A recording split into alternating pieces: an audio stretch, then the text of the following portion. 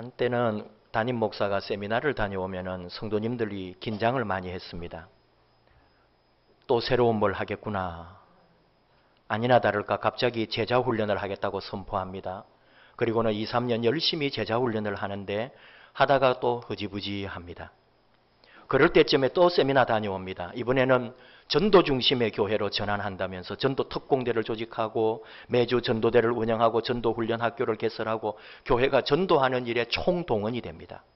딱 2년. 이것도 아닌가비요. 담임 목사가 또 세미나 다녀옵니다. 다녀와서는 알파가 대세입니다 하면서 알파를 하다가, 그러다가 또 세미나 다녀와서 두 날개로 날아오르는 교회가 진짜 교회입니다 하면서 또 그 일을 벌입니다. 또 어느 날 다녀오더니 이 시대는 문화목회의 시대입니다. 작은 도서관을 개관하고 카페 리모델링을 하고 인문학 특강을 하고, 또 어딜 다녀와서는 교회 학교가 살아야 한다면서 교육에 올인을 합니다. 성도님들은 지쳤습니다. 이제 무엇을 한다 해도 별 마음이 없습니다. 또 하나 보다 2, 3년 하다가 말겠지. 그러다 보니 훌쩍 20년이 지나고 목사님이 은퇴를 했어요. 와, 이제 새로운 목사님이다. 진짜 무엇인가 해보자 기대했습니다. 새로 오신 목사님은 오자마자 뭐니 해도 교회는 선교입니다. 전 세계를 선교지로 캄보디아, 베트남, 인도네시아, 필리핀 선교한다면서 해마다 외국에 나가서 선교지에 교회 세우고 선교사님 파송하고, 그러니 갑자기 교회가 선교에 목숨을 건 교회가 되었습니다. 근데 어느 순간 성도님들은 그저 구경꾼이요 지쳐버렸습니다.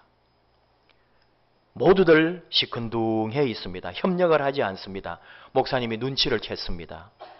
이것이 아닌가 봐요 하고는 목사와 성도 모두 함께 우리 다 같이 힘을 합하여 아무것도 하지 않는 교회. 그냥 아무것도 하지 말고 이대로 있는 게 서로 속편한 교회. 무너지는 교회가 되고 말았습니다. 우리 교회는 예외일까요? 좀 과장되긴 했지만 한국 교회의 레알, 현실이에요. 정말 교회가 무엇일까요? 여러분, 우리가 지금 다니고 있는 우리 교회가 무엇일까요?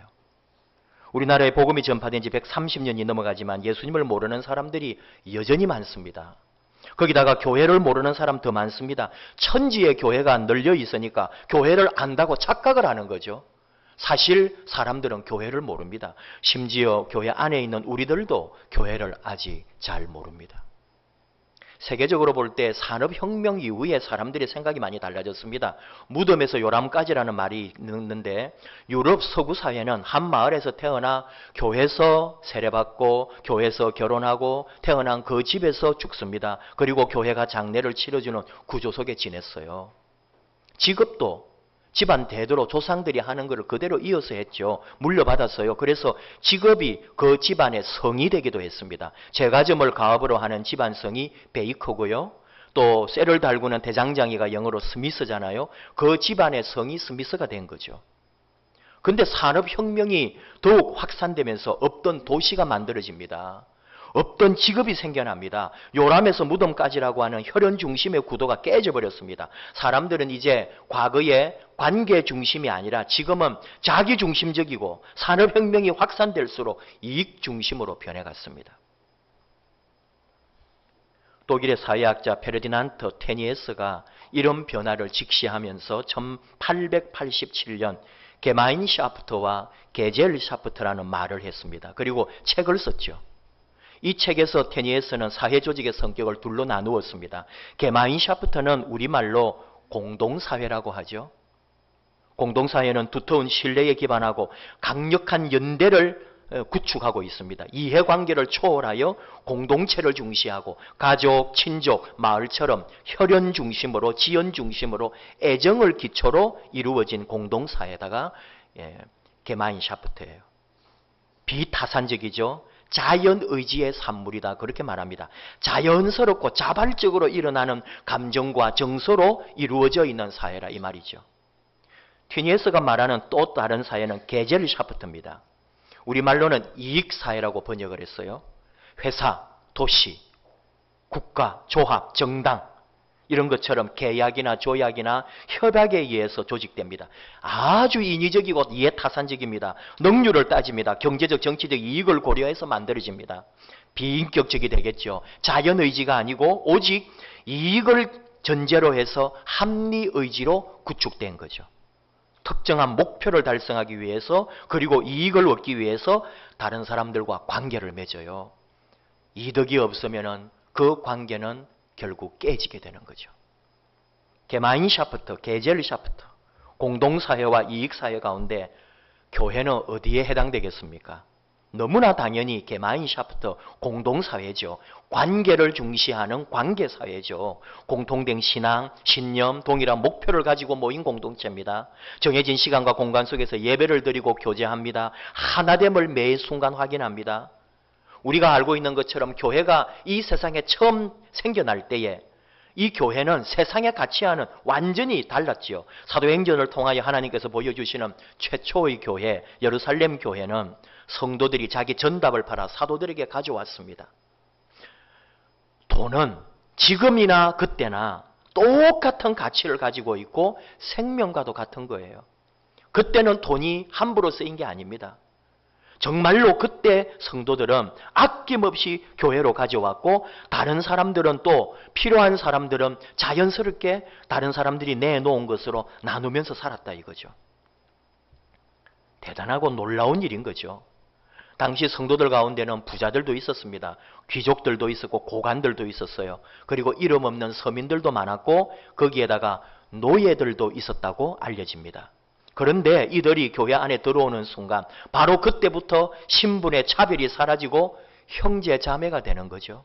어떤 이익도 전제되지 않은 바로 그런 관계와 사랑의 공동체가 초대교회였고 지금 우리 교회도 마땅히 그래야 한다는 거죠. 그런데 테니스가 봤어요. 사회가 발전할수록 게마인샤프트, 더 아름다운 공동의 가치를 누리는 게 아니라 발전하면 발전할수록 게젤샤프트로, 이익사회로, 아주 이익에 눈이 먼 사회로 변해가더라 이거예요. 돈이 모든 것을 좌지우지하는 시대가 되고 가장 핵심적인 관계 집단이라 할 수 있는 가정조차도 돈에 의해서 이익 문제 때문에 대립이 일어나는 것을 보게 준단 말이죠. 사회는 세속화되고 비인격적 사람들로 변해가는 겁니다. 문제는 교회가 세월이 가고 발전하면 발전할수록 이 사회의 흐름 그대로 게젤샤프트 이익사회와 유사한 성격으로 변질되고 있다는 거죠. 거룩하고 아름다운 사랑의 공동체, 그 정체성은 어디 가버렸는지 찾아볼 수가 없고 아주 교회도 이익 집단이 되어버렸더라 이 말입니다. 복음의 본질에서 멀어졌습니다. 하나님께서 사도 바울을 통해 주신 말씀 디모데후서 3장 5절 경건의 모양은 있으나 경건의 능력은 부인하는 자니 이 같은 자들에게서 네가 돌아서라. 경건의 모양만 갖추고 있고 이 교회가 물량주의와 세속주의에 함몰되어 가고 있다는 거죠. 교회를 비판하면은 이게 어떻게 보면 제 얼굴에 침뱉기 같습니다. 근데 이게 밖에 나가서 하는 게 아니라 우리는 교회 안에서 매 순간 이걸 성찰해야 합니다. 분명한 것은 우리가 너무 이익 중심이요, 물량 중심이요, 성장 중심이요, 외향 중심이요, 심지어 경영 중심으로 교회가 변질되었다는 것만은 틀림이 없습니다. 사회와 똑같이 되어가고 있다는 말이죠. 교회끼리도 교회와 교회 간의 양극화가 일어나고 교회 안에도 성도와 성도 간의 양극화가 있습니다. 여러분, 우리 다 인정합니다. 교회는 이 세상의 희망입니다. 이 사회의 마지막 희망입니다. 사랑의 공동체입니다.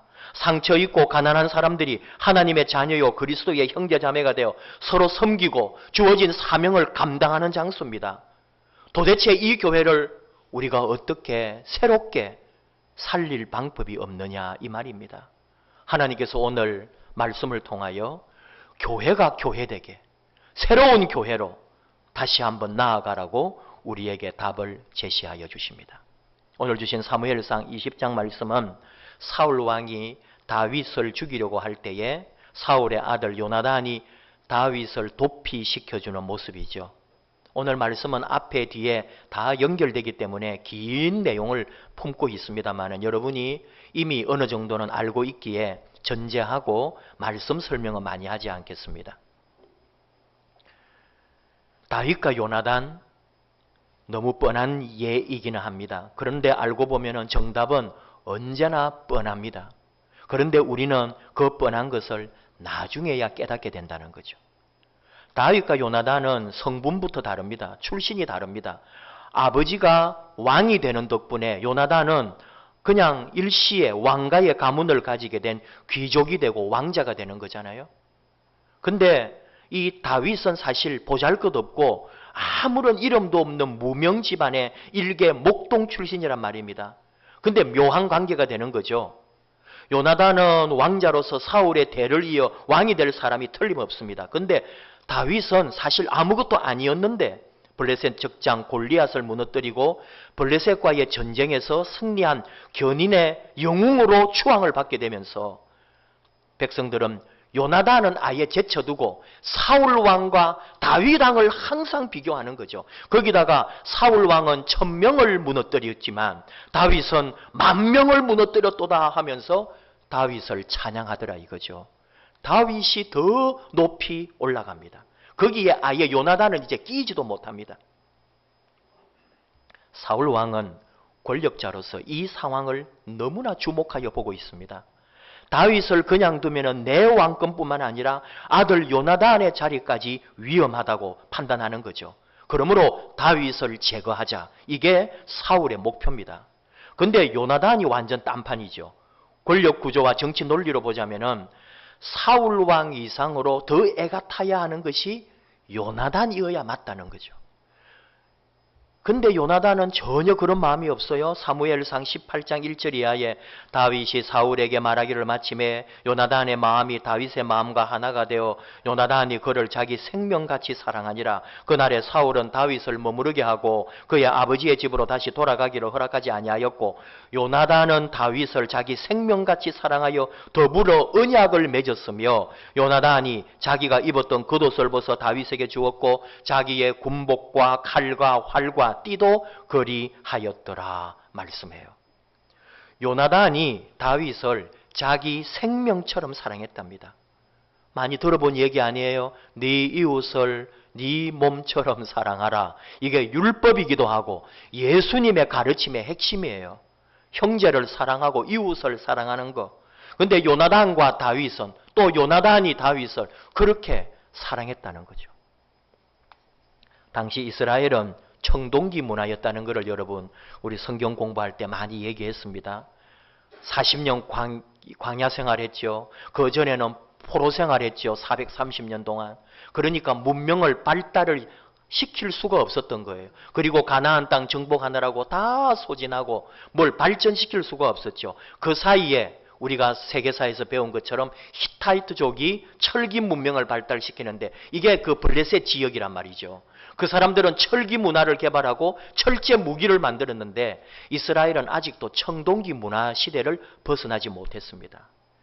근데 철제 무기를 가진 이스라엘 군대 중에 철제 무기를 가진 자는 왕과 왕자고 일부의 군 지휘관에 불과한데 이 왕자 요나단이 자기의 철제 무기를 다윗에게 주었다는 것은 대단한 모험이라 이 말입니다. 자기 지위와 자신의 몸을 주는 것과 같은 의미로 볼 수 있다고 주석은 설명을 해요. 심지어 아버지 사울이 다윗을 죽이려 할 때마다 결정적으로 다윗의 탈출을 도와주는 것은 바로 요나단이었습니다. 아버지 사울 입장에 이게 속이 타고 기가 막히는 거죠. 철이 없다고 봅니다. 이 아들이 세상 물정을 몰라도 너무 모른다는 거죠. 얼마나 우라가 치밀었는지 어느 날 사울 왕이 아들 요나단에게 창을 던지기까지 했다는 기록이 있어요. 근데 여러분, 요나단은 아버지는 비록 그랬지만 요나단이 다윗을 향한 이 마음과 사랑은 변하지가 않았어요.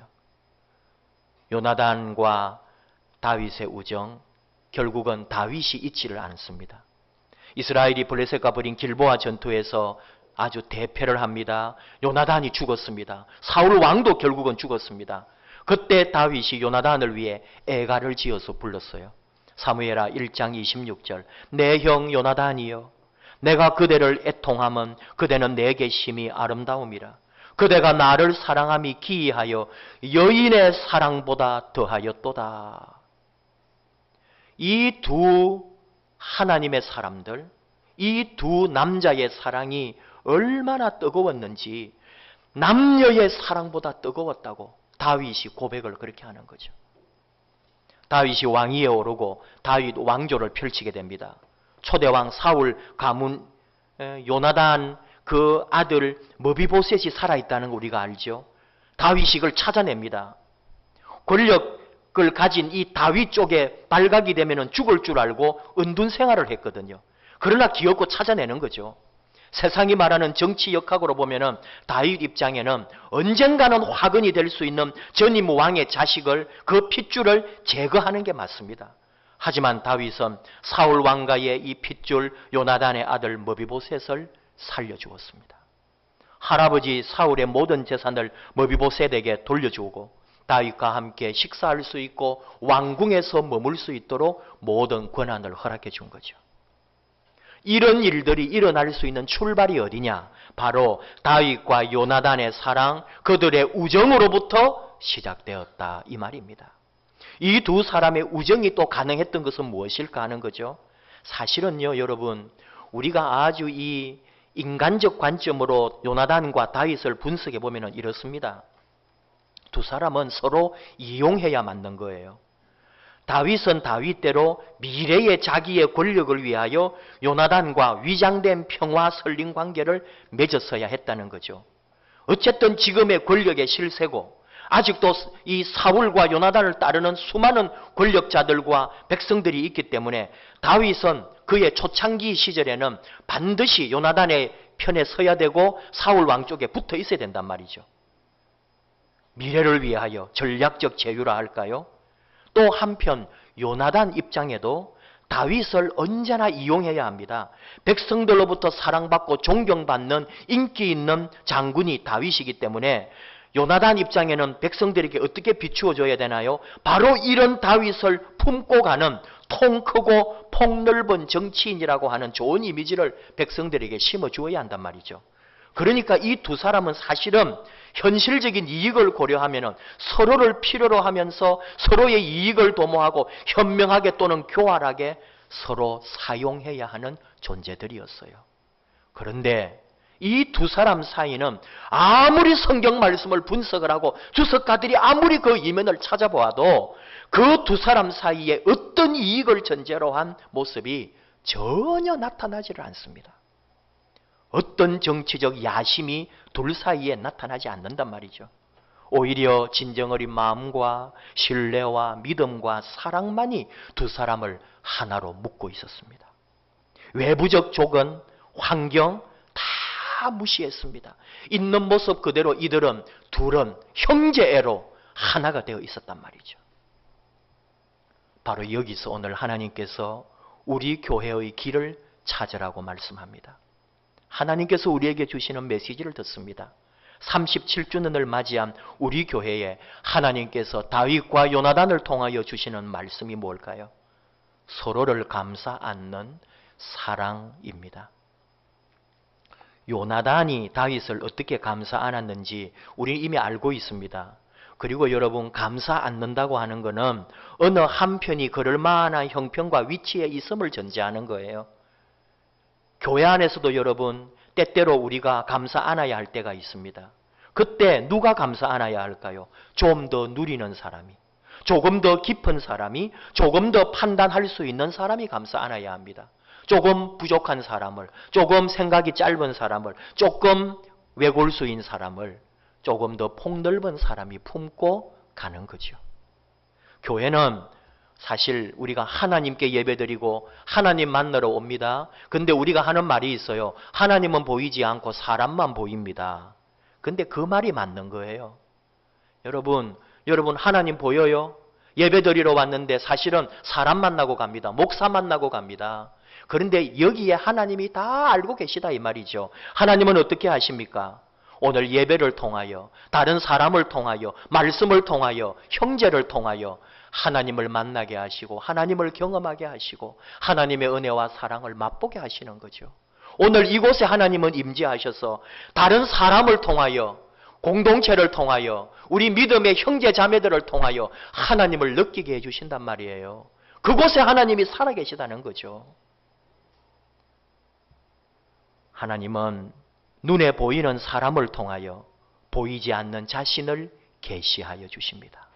예수 그리스도의 복음으로 변화된 성도가 그 변화를 다른 사람에게 보여줄 때 하나님은 바로 그 가운데 계신 거죠. 예수님 말씀합니다. 마태복음 18장 20절 두세 사람이 내 이름으로 모인 곳에는 나도 그들 중에 있느니라. 바로 이곳이 그곳입니다. 교회입니다. 밤늦게 술이 취한 사람이 교회에 왔습니다. 인사불성인데 우리 교회는 아니고 좀 우리 교회와 구조가 다른 그 교회 와가지고 교회 현관문을 막 두드리고 차고 문 열라면서 소란을 피웠습니다.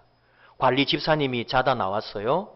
이 사람이 막 술 취해가지고 교회 막 그 문을 막 부술듯이 하니까 너무 늦었고 문도 잠겼고 하니까 정신 차리시고 가시라고 그렇게 막 하니까 이 사람이 또 그냥 갑니까? 뭐냐면서 당신 뭐냐고 문 열라고 더 소리 지르고 관리 집사님 팔을 막 잡고 이제 몸싸움이 막 일어나려고 하는 거죠. 이 술 취한 사람이 이렇게 말했어요. 하나님 좀 만나고 가겠다는데 당신이 무슨 상관이야? 문 열어! 그러니까 힘에 밀린 관리 집사님이 그때 막 당황해가지고 이렇게 말을 했어요. 우리 교회에 그런 분 없어요. 예. 교회는 누구나 올 수 있고 또 온 사람은 누구든지 사랑하며 섬기고 하나님 나라를 만들어가는 동력자들입니다. 우리 다 부족하지요. 그런데 하나님은 부족한 우리를 통하여 일하십니다. 예수님 이런 말씀하십니다. 누가복음 17장 20절 21절 바리새인들이 하나님의 나라가 어느 때에 임하나이까 묻거늘 예수께서 대답하여 이르시되 하나님의 나라는 볼 수 있게 임하는 것이 아니요 또 여기 있다 저기 있다고도 못하리니 하나님의 나라는 너희 안에 있느니라. 너희 안, 우리 안이 어딘지 아십니까? 내 속이 아닙니다. 바로 우리 모임 안에, 우리 공동체 안에 여러분의 자리, 우리가 함께하는 이 예배의 자리, 우리 교회 안에 하나님의 나라가 있다고 예수님 말씀하시는 거예요. 사랑과 은혜로 함께하는 우리의 예배 속에, 우리의 선교 속에, 우리의 교육과 봉사 가운데, 우리의 친교 가운데 우리 하나님은 우리가 하나님의 나라를 경험하게 하신다는 말씀입니다. 이 모든 것을 통틀어서 무엇이라고 할 수 있을까 하는 말이에요. 처음에 제가 세미나 다녀온 얘기를 좀 했는데 이번에 제가 한 4일 동안 세미나를 다녀오면서 그 기간 동안에 좀 느끼고 회개한 것이 있습니다. 돌아보는 시간이었고 하나님 앞에 정말로 제 자신이 얼마나 부족한지를 깨닫는 시간이었습니다. 세미나하고 프로그램 도입하는 게 중요한 게 아니라고요. 오늘 말씀과 상통하는 하나의 주제를 잡았습니다. 한 영혼에 대한 사랑이었습니다. 한 영혼에 대한 헌신이고 한 영혼에 대한 관심입니다. 제 자신이나 우리 교회가 놓치고 있는 부분이 있어요. 한 영혼에 대한 사랑과 한 영혼에 대한 관심을 잊어가고 있는 거예요. 왜? 성장과 물량주의와 이 교회의 외형에 관심을 두다 보니 교회 안에 소외되고 홀로 외롭고 또는 상처 있고 아파하는 한 영혼을 너무너무 등한히 하고 있는 거죠. 항상 연합으로 단체로 그냥 묶어서 가려고 했지 홀로 외로운 한 영혼을 돌아보는 것이 너무 약하다는 말이죠. 37년 우리 교회 새로운 생일을 맞이하면서 생각하는 거예요. 개척한 날이 있겠죠. 몇 명이 서너 명이 7, 8명이 먼저 모여서 마음을 합하여 교회가 모였을 때 그때 여러분 한 영혼 한 영혼이 얼마나 귀했겠습니까? 한 명 등록하고 한 명을 전도하고 한 명을 인도해 올 때마다 한 영혼이 얼마나 소중했겠습니까? 그런데 이제 100명이 되고 200명이 되고 300명 돼 가면은 한 영혼에 대한 소중함은 잃어버리고 이제는 오직 목표 중심 계절 샤프트로 가는 거예요. 더 크게 1000명, 2000명 그런 소리나 하고 더 크고 웅장한 교회 생각하고 이게 정말 참 교회일까 할 때 오늘 우리는 다시 한번 돌아봅니다. 다윗과 요나단, 요나단과 다윗이 그들 서로 그 한 영혼에 대한 뜨거운 사랑으로 함께함으로 아름다운 하나님의 역사를 만든 것처럼 오늘 우리에게 주어진 사명은 한 영혼에 대한 사랑이다. 한 영혼에 대한 관심이고 한 영혼을 다시 보는 마음이다. 이게 37주년 설립주의를 맞아서 하나님께서 우리에게 주시는 메시지입니다. 저나 여러분, 다시 한번 한 영혼에게 관심을 둬야 돼요. 100명, 200명은 그냥 되는 게 아니라 한 영혼 한 영혼이 모여서 100명이 되고 1000명이 되고 10,000명이 되는 거죠. 우리 교회가 한 영혼을 사랑하고 한 영혼을 찾아 헤매고 잃어버린 한 영혼을 위하여 몸부림치고 우리 서로 당신을 향하여 내 곁에 있는 한 영혼을 아름다운 몸과 마음과 사랑으로 섬기고 함께하는 한 영혼에 대한 그 구원에 대한 회복의 역사를 만들어가는 우리 교회, 저와 여러분 되기 원합니다.